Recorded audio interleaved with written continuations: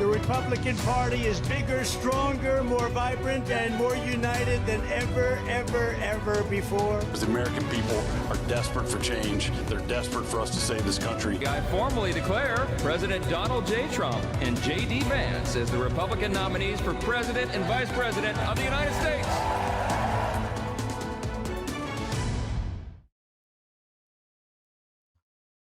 Hello, and welcome to Washington Post Live. I'm Ramesh Ponnuru, contributing columnist here at the Washington Post.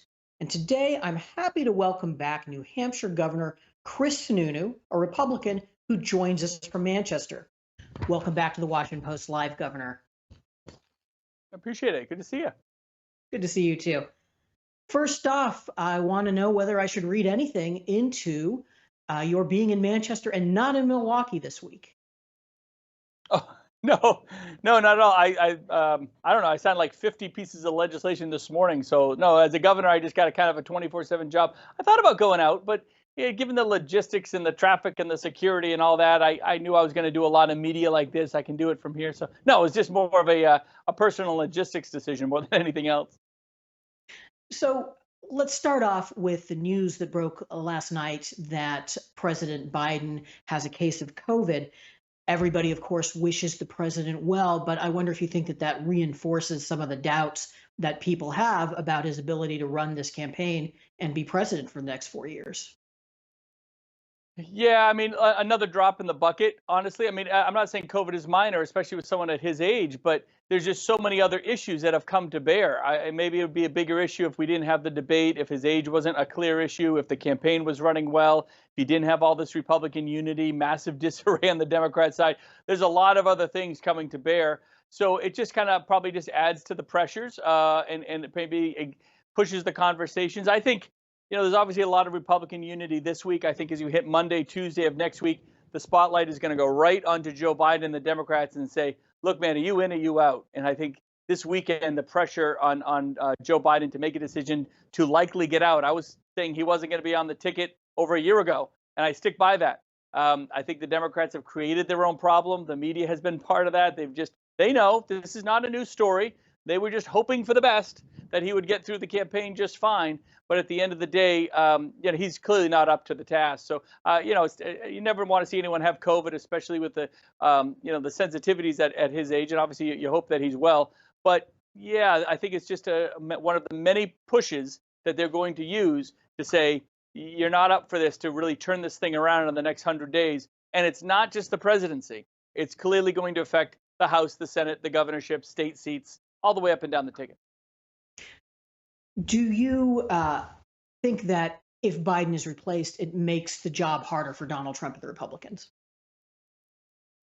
Oh, without a doubt. Oh, yeah. No, look, my message to the Republican National Committee is very serious and very clear. You better plan for Kamala Harris to be the nominee. And I've been saying that for a long time. If Kamala were smart, she'd pick a governor as the VP, Andy Beshear, Josh Shapiro, someone like that on the East Coast, someone that is very likable, liked in their states, can kind of revitalize, re-energize, show a whole different generational comparison to Joe Biden. That would be invigorating to the Democrats and very detrimental to Republicans. So I'm a big believer. Right now, Plan A says there's a lot of momentum on the Republican side, but you better plan for plans B, C, and D, because I think that's the reality, and I think that would be a much tougher ticket to beat. All right, Governor, last night, the vice presidential nominee for the Republicans, J.D. Vance, addressed the convention, and he tried to define what the campaign is all about. Let's listen for a moment. It's about the auto worker in Michigan wondering why out-of-touch politicians are destroying their jobs. It's about the factory worker in Wisconsin who makes things with their hands and is proud of American craftsmanship.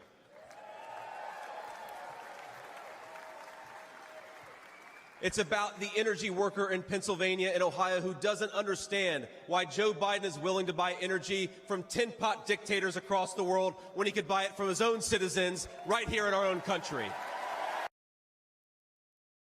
Is that what the campaign's about? Oh, absolutely. Look, this is the Republican unifying message is one that doesn't just relate to Republicans, but citizens all over this country, because it's about empowering the individual. That's what JD's talking about.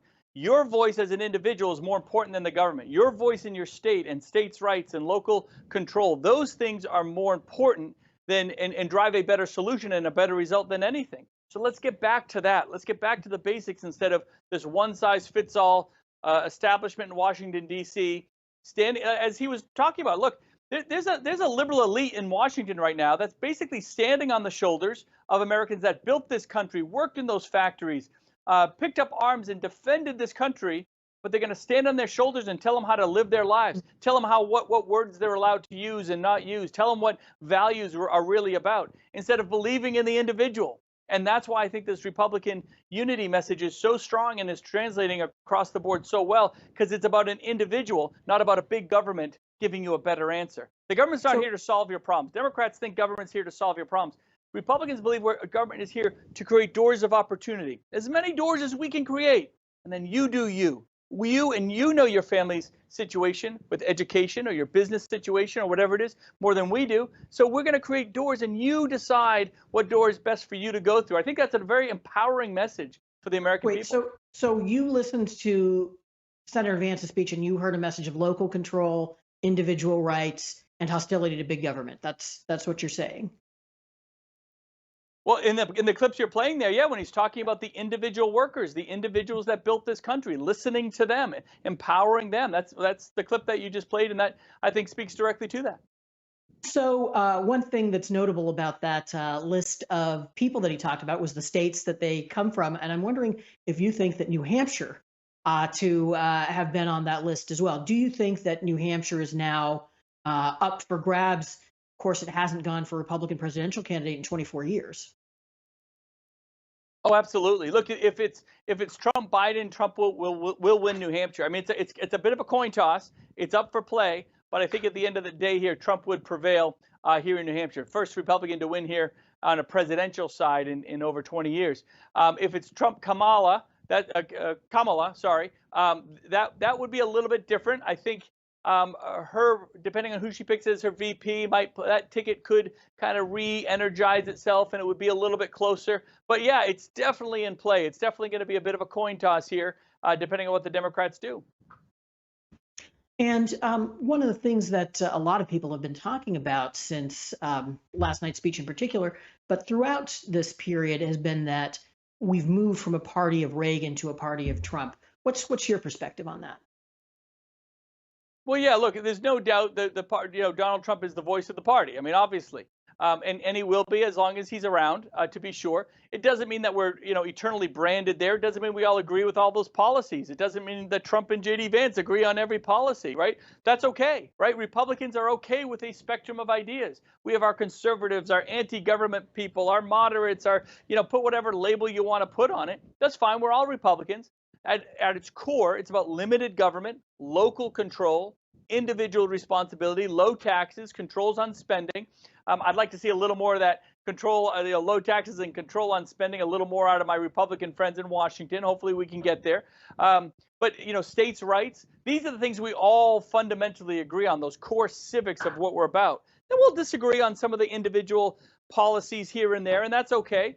But again, that's the unity you're seeing. We're not divided as a party or anything like that. And it doesn't mean that the classic Reagan Republican and the classic conservatives are gone, lost, and don't have a voice, right? There's just a big spectrum there. And again, Trump might not share a lot of those, some of the individual details, but that doesn't mean we won't support a Republican ticket, a Republican brand, and a Republican message of dealing with issues, whether it's the border, inflation, whatever it might be, dealing with real things that real people are dealing with. That's what JD was talking about. The real issues that you're dealing with as an individual, that's going to come to the top of our priority list, right? All this wokeism and all this kind of stuff where they're just trying to tell you exactly how to live your lives on the other side of the aisle. That's not what we're about. We're about letting people live their lives with as much freedom as we can allow, because we believe in the individual. We believe in that innovation. We believe in that by doing that collectively, the country gains so much more opportunity in where we're going to go. Protecting American jobs from imports, is that one of the issues on which you disagree, or is it a place you agree with the message from Trump and Vance? Well, look, everybody wants to support American jobs. I'm not sure exactly what you're referring. Are you talking about tariffs? Are you talking about yes. Free trade? I mean, those types of things. Yeah, so Right. a couple things there. So tariffs are a lever, right? So there's pros and cons to using that lever, how hard you should push, and what the reaction is going to be. So right now we're talking a lot about the tariffs out of China and what that means. And again, we can debate what the tariffs should be. Should it go up? Should it go down? Should it be on these products or those products? And again, Trump's economic team, the president's economic team will figure a lot of that out. But the important part of the tariffs that I try to talk about is it's not just China. That's going to have a chain of reaction to Europe, both Western and Eastern Europe. There's going to be an issue with the tariffs in India. I think India is the up-and-coming real superpower here across the world. It's going to have issues with what happens in Africa. And again, where we go with Africa is very important when you're looking at the minerals and the mining and the advancement and opportunity that's being created there. So it isn't just tariffs in this part of the world. You have to understand that you can create a reaction. I'm a free trade guy. I love the concept of free trade. But again, where those levers are pulled and how it affects the American worker can be different for agriculture than it is for tech, right? We're making a big investment in microchips. India needs a lot of our agricultural products. So everyone's going to be a little bit different there. So it's not just we agree or disagree on a single policy. I think we agree that we need smart people understanding how each of these different sectors matter and trying to get to an optimal point where the American worker has the most opportunity at the end of the day. So like Senator Vance, you've gone from being a critic of Trump to an endorser of his candidacy. And I was wondering, when you made that decision in March, what was the biggest factor that pulled you over? There was no decision made in March. I always said I was going to support the Republican ticket, right? Republican governor, that shouldn't have surprised. It wasn't like I woke up one day and said, you know what, I guess I'm going to support him. We fought hard in a primary, as did like all these other candidates. And, nearly half of the Republicans wanted another candidate out there other than Trump. I mean, for a while, Trump was polling at about 40%. And then you had all the other candidates kind of splitting everything else up. So we all galvanized, or at least I galvanized around Nikki. She came really close here in New Hampshire, couldn't quite get it done in the other states, but the voters made their choice. That's the most important part of this. We didn't win, but the voters got to decide on the Republican side, not on the Democrat side. They really had no options on the Democrat side. The Democrat Party knew what they were dealing with. They did kind of this coronation thing, tried to skip over their first of the nation primary here in New Hampshire. Colossal mistake, apparently. So they made mistake after mistake after mistake. So with me, we fought hard in a primary, and then you galvanized at the end of the day. So there wasn't a change of mindset there. It was understanding that we ran hard, Trump won, so we're going to get behind the Republican ticket. Because for me, and where I'm spending my time, it isn't on the campaign with Trump per se. It's here in the state. I'm not going to be governor in 6 months. I want a good, strong Republican governor to take over my job. I want to make sure we hold our House and our Senate seats. I think New Hampshire could flip some congressional seats. So I'm working really hard on the state side here to make sure this is where our wins are, creating a kind of that ticket partnership you want to see come November.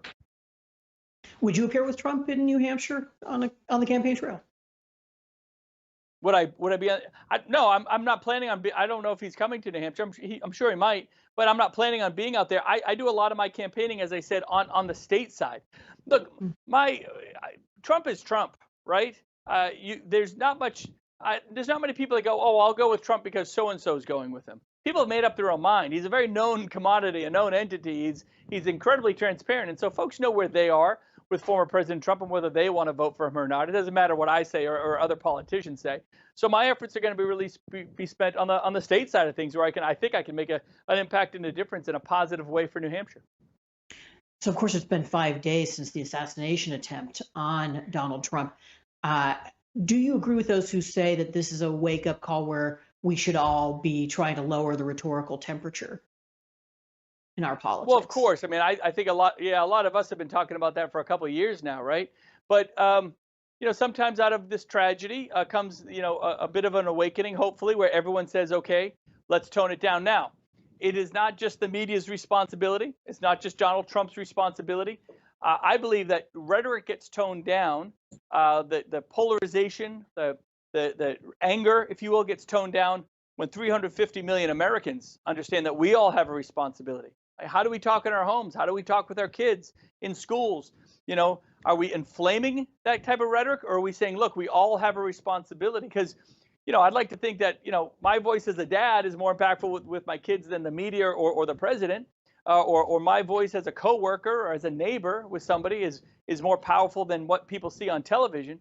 So my message is we all have a huge responsibility and toning it down, keeping it on issues. Let's have tough debates over inflation and how to fix it. Tough debates over the border crisis, which is very real. People realize it, and it does need real solutions brought to bear on it. Let's have tough debates on those types of things, because that's not personal, right? That's just about how do we make this country better. But when it gets personal, when it gets to these big existential threats, Trump is a threat to democracy, Trump is going to destroy America, that type of rhetoric is really, really bad.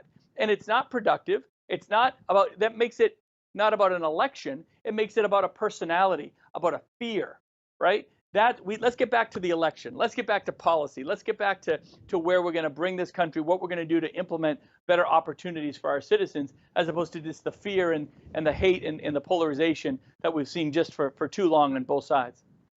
So both sides. Do you think, though, on this question of Trump being a threat to democracy, of course, that's the very common charge made against him by Democrats and occasionally by Republicans like Lynn Cheney. Do you think, though, that it has some basis in the fact that he tried to overturn the 2020 election? No, look, I don't like the election denial stuff, and January 6th was terrible and all that.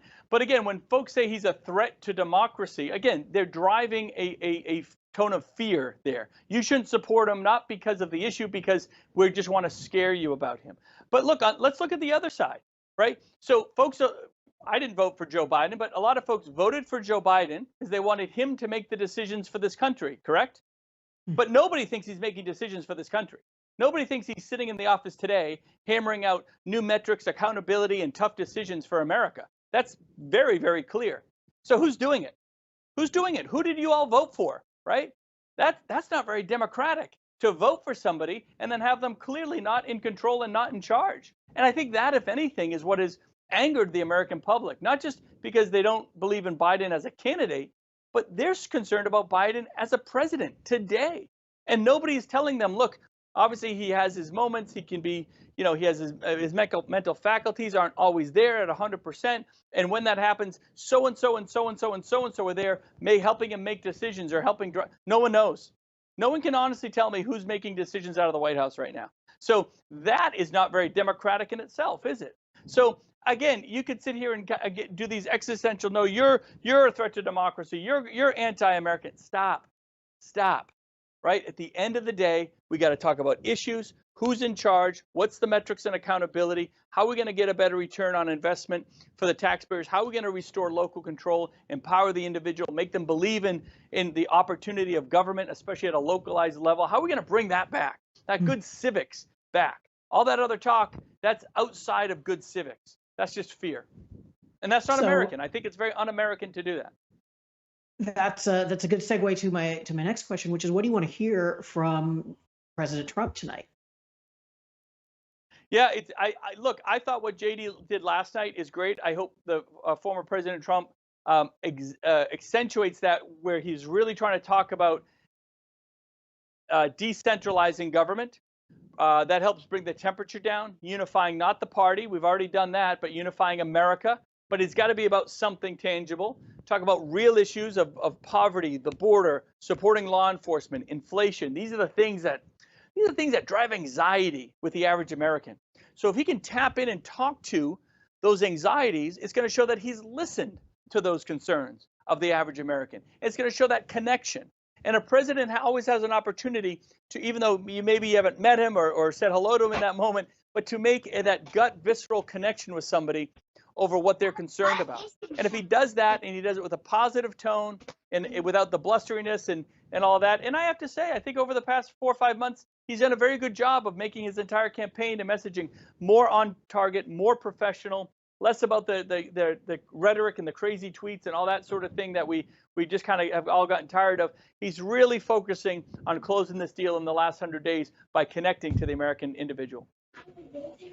You are, of course, on your way out of the governorship, and I'm just wondering what role you see yourself playing in the future here. Is this the last time that people are going to be voting for Chris Sununu? Last time I have plans on it, yeah. I mean, look, I'm 49. I guess there's always something to run for down the road. I don't want to run for the Senate or Congress. I think as has been expounded on this, through the Washington Post before, I think the Senate and Congress are a bunch of useless idiots, frankly. And until they prove that they're willing to actually do some work and do something, I don't want to be part of that club. But I'm not planning on running for president or anything like that. I'd like to still be a voice. I think there's an opportunity, not a voice for Chris Sununu, but a voice for what's going on the ground. I don't think we have enough of that in terms of the national dialogue. What are those individuals talking about and feeling every single day? The ones that don't watch the news all the time, that aren't in this political realm. I try to stay super connected to those who are just trying to live their lives and pay their bills. And if I can be a voice to that and help out, I'm happy to do that. But no, I have no plans to really run for anything in the near future. All right. Thank you, Governor, for joining us. Unfortunately, we are out of time. And so we'll have to just say thank you for today. Thank you so much. Good to see you. Good to see you too. And thanks to all of you for watching. For more of these important conversations, please sign up for a Washington Post subscription. You can get a free trial by visiting WashingtonPost.com/live. That's WashingtonPost.com/live.